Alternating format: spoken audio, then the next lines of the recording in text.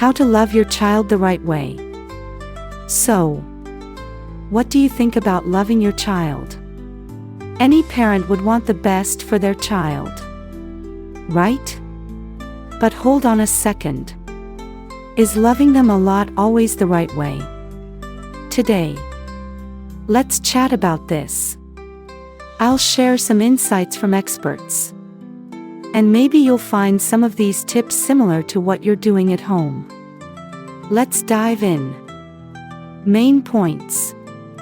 Before we start, let me give you a sneak peek of what we'll cover today.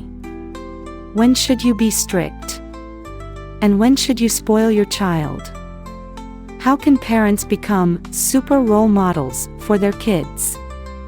And most importantly, why is setting clear boundaries crucial? If any of this sounds familiar, then let's dig into each part together. Be strict or spoil them? Here's a question that's often on the minds of parents. What do you do when your child is acting stubborn or throwing a tantrum? Do you scold them? Give in?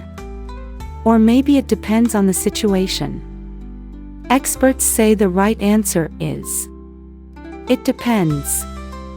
For example, when it comes to safety issues like, don't touch the electrical socket or don't jump from high places, parents should be firm and guide the child.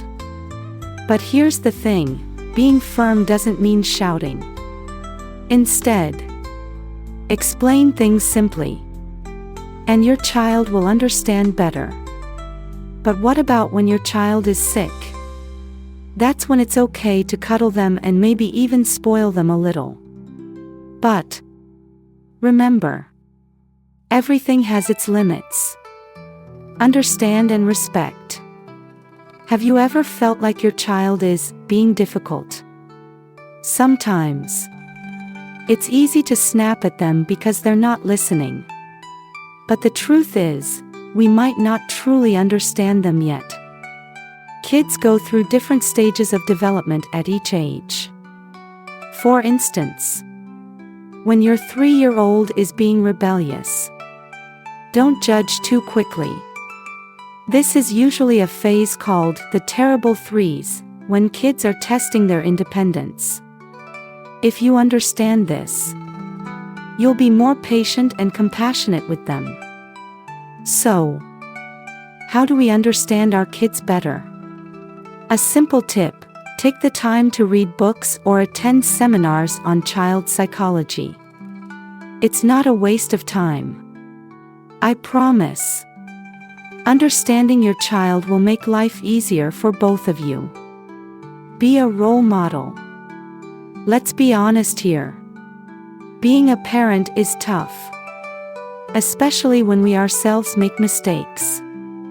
How many times have you told your kids to be polite and respectful, but then raised your voice at your spouse or shouted at your parents in front of them? Kids learn by observing. If we want our children to respect others, we need to model that behavior. Don't put them in the awkward position of seeing us say one thing but do another. Be consistent.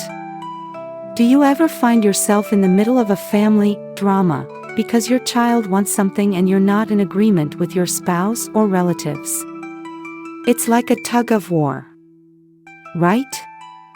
The solution: everyone in the house needs to be on the same page when it comes to parenting. Don't let things get confusing for the child with mixed signals. When everyone agrees on the rules, your child will feel more secure and be able to follow the guidance more easily. Set boundaries. Now, here's the most important part. Do you know that not setting boundaries is one of the main reasons kids can be hard to manage?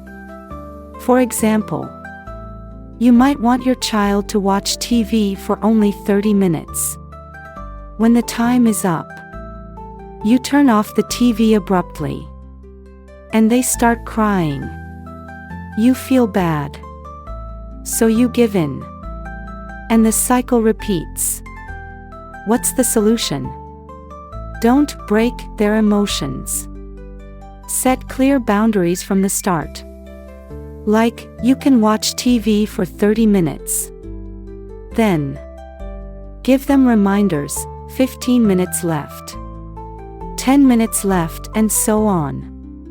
This way, when the time's up, your child won't be as upset because they've had a fair warning. This method works for other things too. Today we'll go to the amusement park, but not the grocery store, or I'll give you an ice cream at the end of the week. When the rules are clear, both you and your child will feel less stressed. In conclusion, loving your child is truly an art.